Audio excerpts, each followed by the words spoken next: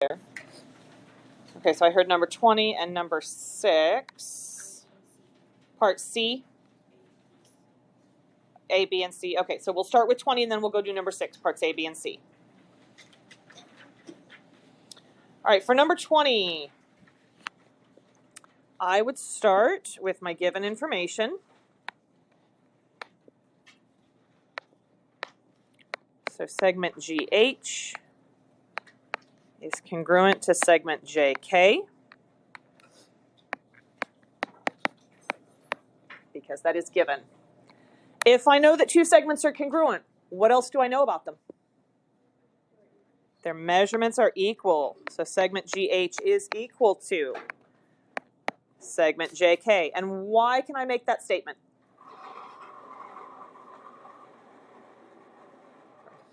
They are congruent segments, so what are we using? What would the official reasoning be?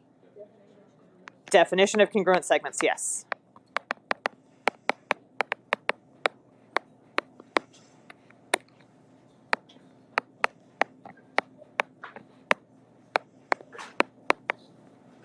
All right, so looking at the picture, what do we know about the measurement of GH?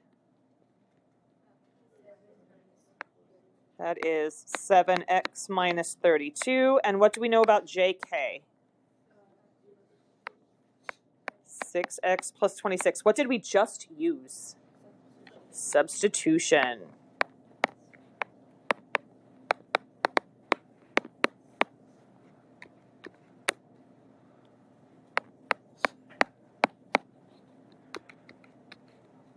All right. So now I have 7x minus 32 equals 6x plus 26. What would you guys do next? I heard one add, one subtract. It does not technically matter. I always group my x's together first, so I would subtract from both sides first personally. If I subtract 6x from both sides, what would I have on the left? X minus 32. And what would I have on the right? 26. And if I subtracted 6x from both sides, what did we just use to be allowed to do that? Subtraction property of equality. Yes. Over here, you can come grab extras.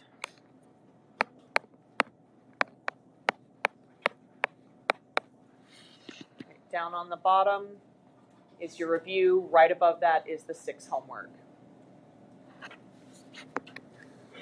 which we will grade towards the end of class. All right. If you subtracted 6x first, like I did, what would your next step need to be then? Add 32 to both sides, which would give me x equals 58. And what did we just use to be able to do that? Addition property of equality.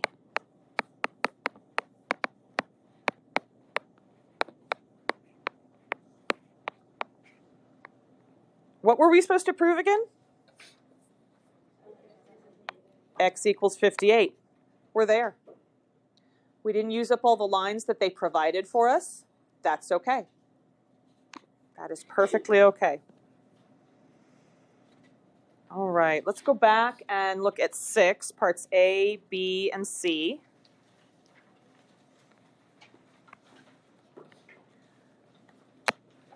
When we do the converse, we are going to switch the hypothesis and the conclusion.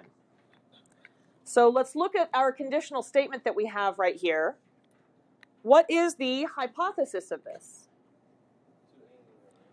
Two angles are a linear pair. There's my hypothesis. And so the conclusion would be? They are supplementary, or two angles are supplementary. Yes. So if I'm going to switch that around, instead of if two angles are a linear pair, I would say if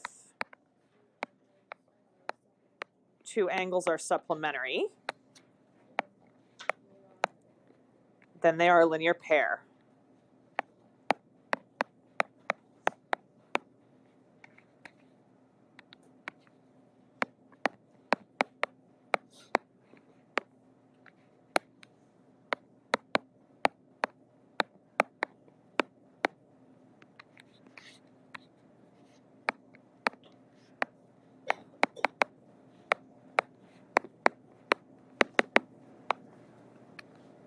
Is that true or false? So when we're thinking about whether a conditional statement or a converse, an inverse, a contrapositive, when we want to know if it's true or false, if I can think up something that meets this first criteria, they really are supplementary, but it does not meet this second criteria, they're not a linear pair, then that would make it false. It has to meet the first criteria for me to even consider it. It's false, or if the second part of it is not true, then it would be false. What does supplementary mean? Adds up to 180. What's a linear pair? On the same line, they share a side, right? If I have two angles that add up to 180, do they have to be on the same line together? Do they have to share a side? No. So I would say this is false. For my explanation, I can give, it says if false, provide a counterexample. You can write it out in words, or you can draw a picture. So I could draw a picture of one angle that's 60 degrees and another angle over here that's 120 degrees. They're not touching each other, right? No shared sides. They add up to 180? That would be my counterexample then. You don't have to put a counterexample into words. If what occurs to you is to draw a picture, and that's what shows why this thing is not always true, that's okay. So that's what I would have for my counterexample here, something like that. Or I could have, let's see, I could have a 90-degree angle and another 90-degree angle.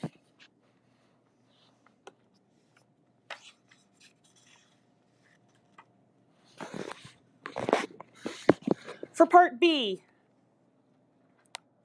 says we're going to do the inverse. So converse means to switch my hypothesis and conclusion. What do we do with the inverse? We add the not. We not the hypothesis, and then we not the conclusion. So instead of if two angles are a linear pair, we will have if two angles are not a linear pair.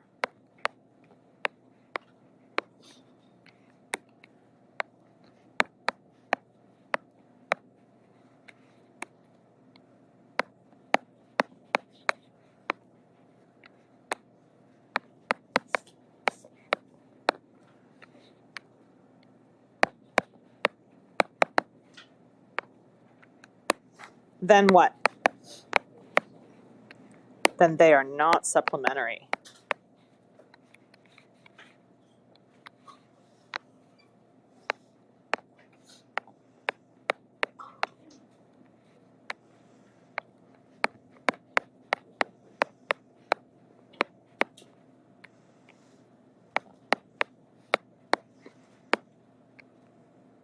Is that true or false? If two angles are not a linear pair, so can I draw two angles that aren't a linear pair? Let's start there. Is it possible that the two angles that I draw that are not a linear pair happen to add up to 180? Yes. So it meets the first criteria, it's not a linear pair, but it fails on the second criteria because it really does add up to 180. So true or false? False. I could draw the same picture that I had before. I could draw a 60-degree angle and a 120-degree angle that aren't touching, not a linear pair, still adds up to 180. Here's another thing to look for. We talked about this when we were learning about converse, inverse, and contrapositive. But when you go to take the test tomorrow, if you're unsure about true or false on some of these things, back here we seemed pretty confident that we could come up with two angles that added to 180 that weren't a linear pair, right? The truth value of the converse will always be the same as the truth value of the inverse. So if the converse is false, the inverse is false. Always. They always go together there. If the converse is false, the inverse is false. All right. Last one that we need to do together on 6 before I take more questions is the contrapositive. Does anybody remember how to get the contrapositive? Converse means to switch. Inverse means I'm just going to include the not with it.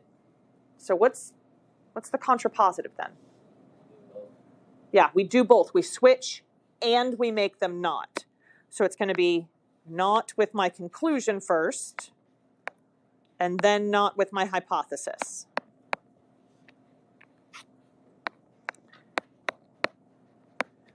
So if two angles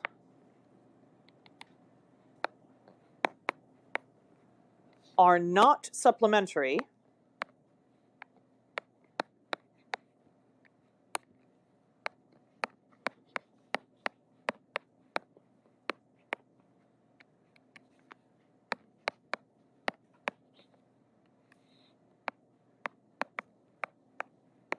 then they are not a linear pair.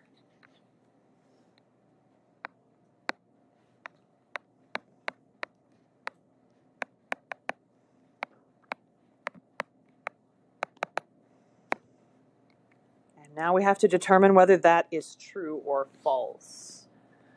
What does it mean for them to not be supplementary? They don't add up to 180. If I have two angles that don't add up to 180, are they a linear pair? No. So is this statement true or false? This is true. We have to give an explanation for why this is true.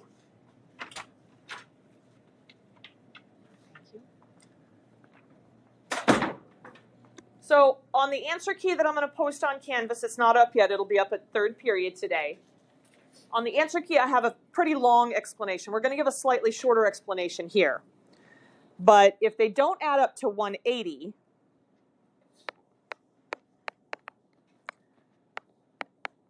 if they aren't supplementary,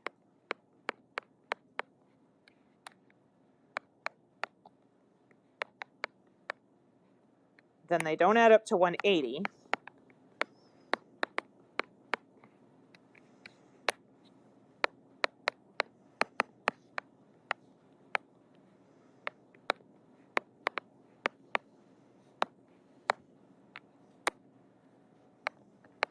A linear pair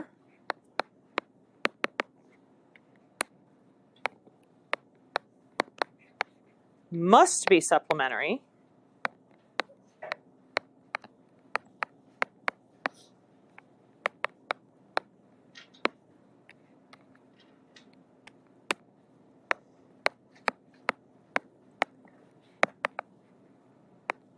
because they make a line together. This is kind of long, sorry.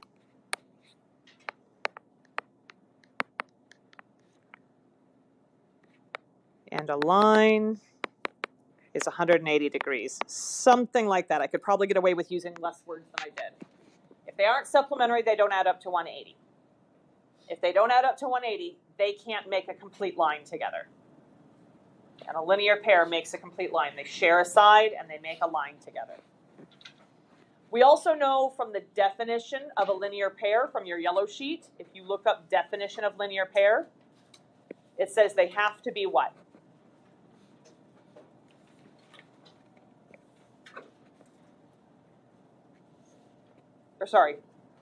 Linear pair theorem, my apologies. Linear pair theorem says that if they're a linear pair, then they are supplementary.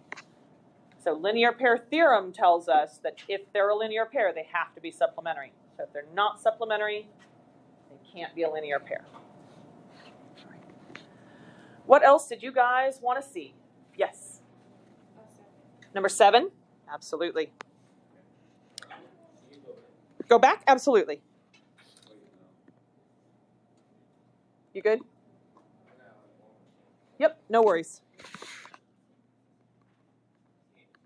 You can't see? if you want to snap a picture with your phone so you can zoom in, you're more than welcome to do that too. Sometimes that's really helpful.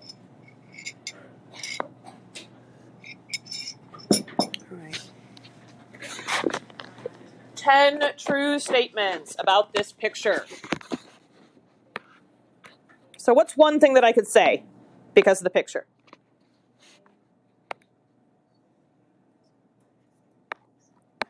Segment AB is congruent to segment BC.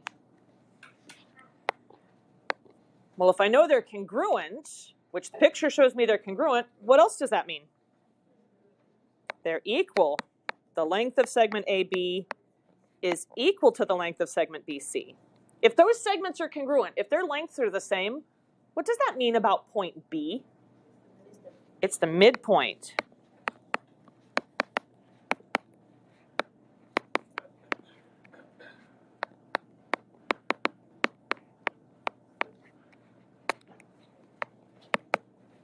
B is the midpoint of AC. Okay. Could I use segment addition postulate to say something here? AB plus BC equals AC. But didn't we say that AB and BC are the same size? So I could also say that AB plus AB equals AC, right? Or another way of saying that would be 2 times AB is equal to AC. Either one of those, that means the same thing. AB plus AB, I've got it there twice.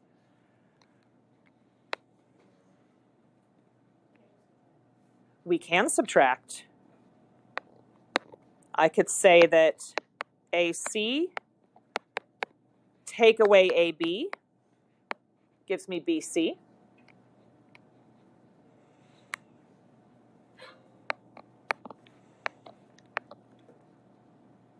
I can use the things that we said up above in 5 and in 6 and just turn it around for the other segments. So like this one, instead of doing AB plus AB, I could do BC plus BC, right?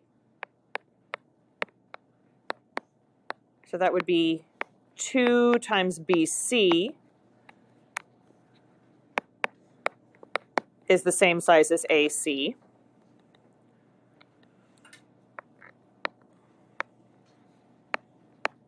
Instead of doing AC minus AB, I could do AC minus what? AC minus BC, and that would be how big? AB. All right, we got to 8 relatively quickly. For 9 and 10, I'm going to look at what we have in 5 and in 7. In 5, I said if I do 2 times AB, I get the length of AC.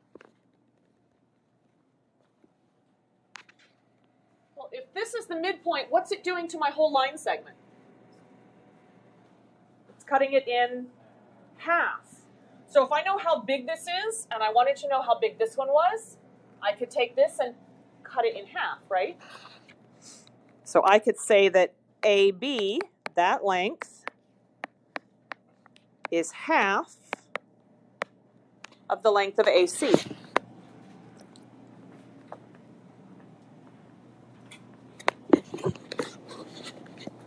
Could I make another similar statement?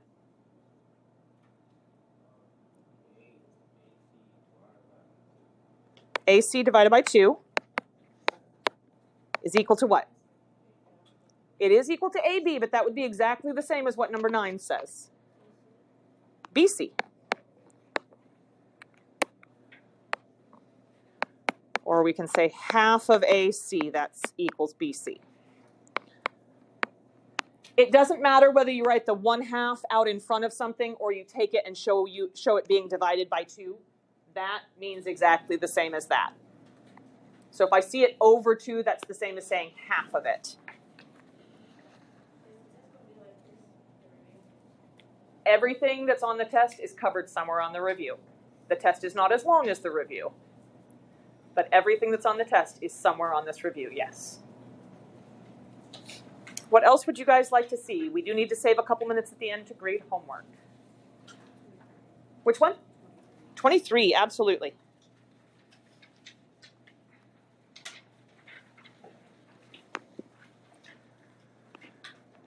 All right, so for 23, I'm going to start off with my given information. I'm also going to come over here and mark my picture up with that information. So we have that segment XY is congruent to segment WU. XY is congruent to WU.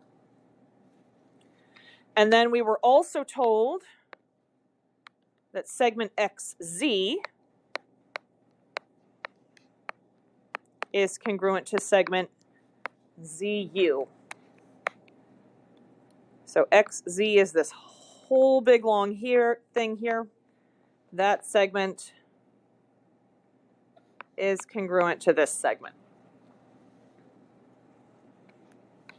It tells me my next reason is the definition of congruent segments.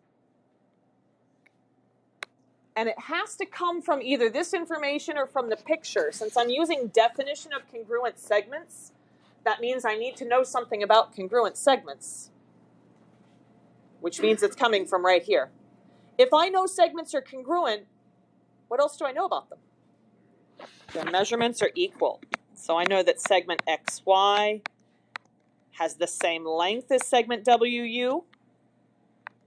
I know that segment XZ has the same length as segment ZU.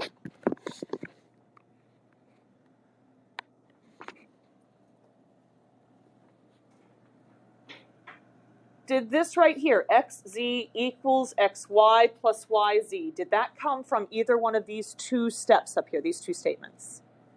Or did it come from the picture? Came from the picture. XZ, that's this big long segment over here on the left, is equal to XY plus YZ. What are we using to be able to say that? What'd you say? Not substitution. It does start with an S though. Segment addition. Look, we're taking two smaller segments, XY and YZ. We're adding them together to get a bigger line segment. That is my segment addition postulate.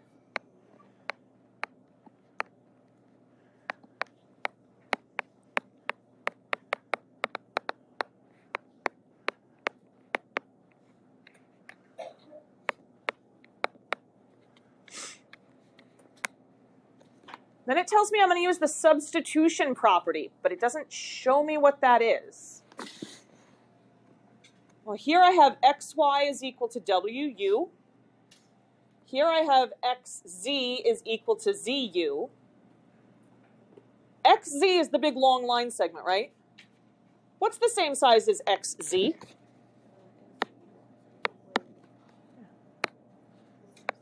XZ, we know it's the same size as ZU. What else is it the same size as?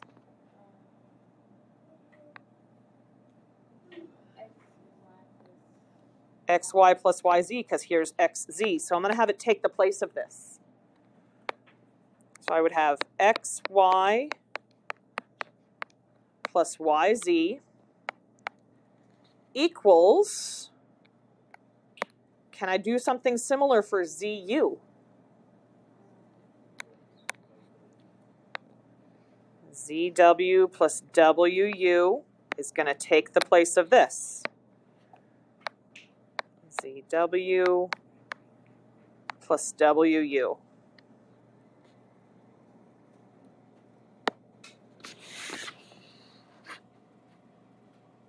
Kind of stuck on number 5, so let's look. They gave me the reason in number 6. Let's see if we can work backwards.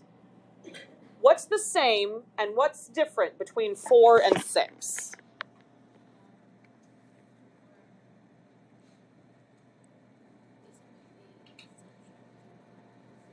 They subtracted what? What's gone in step 6 that is there in step 4? XY and WU. Am I allowed to subtract different things from both sides?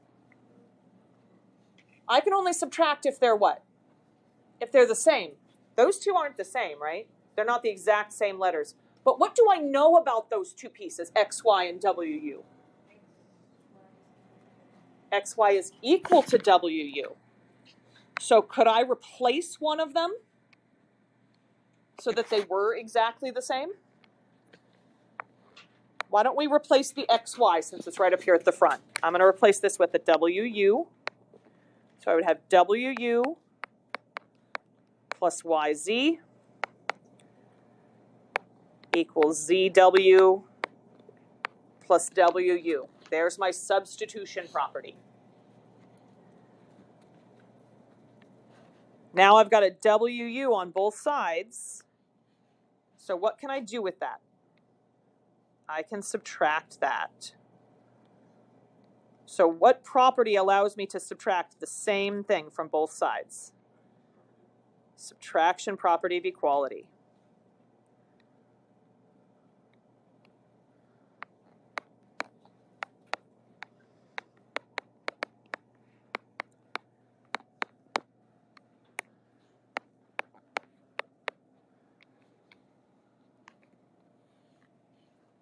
So we've gotten all the way here. We know that YZ is the same size as ZW. So why would I then be allowed to say that that means they're congruent? Definition of congruent segments.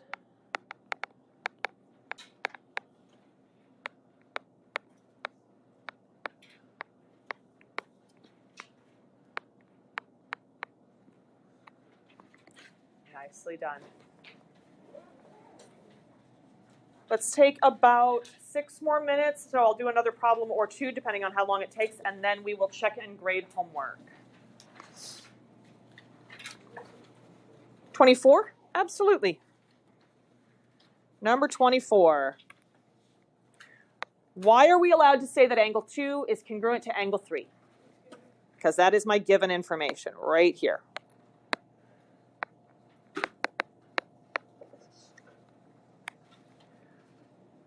So why would I be allowed to say that angle 1 is congruent to angle 2? That wasn't given. Vertical angle theorem. Angle 1 is congruent to angle 2 because of our vertical angle theorem.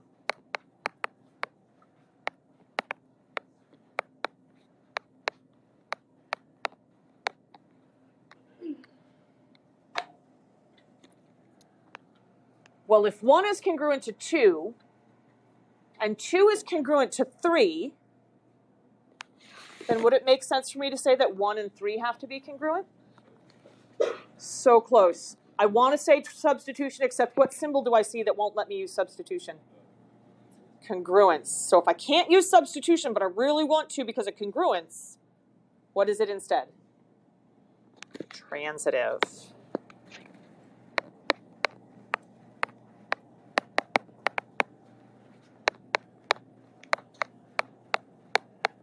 That is our transitive property.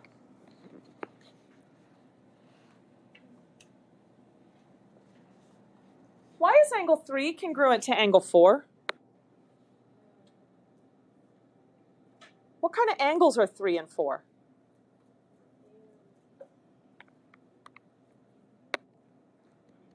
They're a linear pair. They share this side right here, and together they make this line. So that would be my linear pair theorem.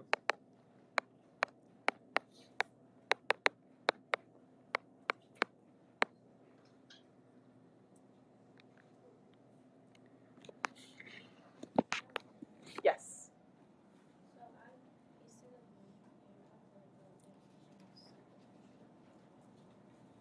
So definition of supplementary angles I can use if I know already. So somewhere earlier I've already said that things are supplementary, then I can say that they add up to 180.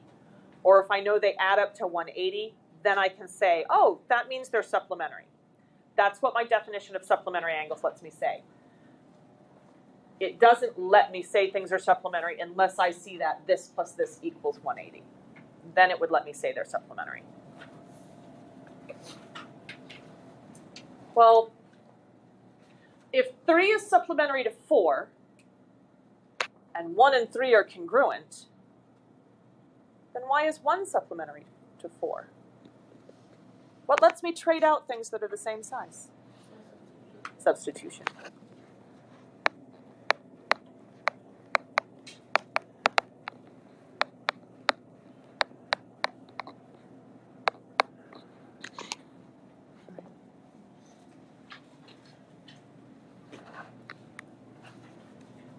Answer key will be up third period.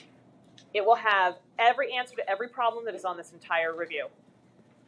Recommendation for the best way to study to give you the best grade tomorrow is to work through it yourself and then use my answer key to check and correct your work. Trying it on your own first and then taking the time to not just say, oh, that was wrong, but to write down the correct answer. You're using multiple modes of learning. You're using your eyes, you're writing, so you have your body involved. You're probably reading it to yourself in your head, so you have some auditory things going on. That's going to be better than just getting in and copying the review. If you just get in and copy, you're not practicing the problem-solving part. All right, go ahead and pull out homework number 6.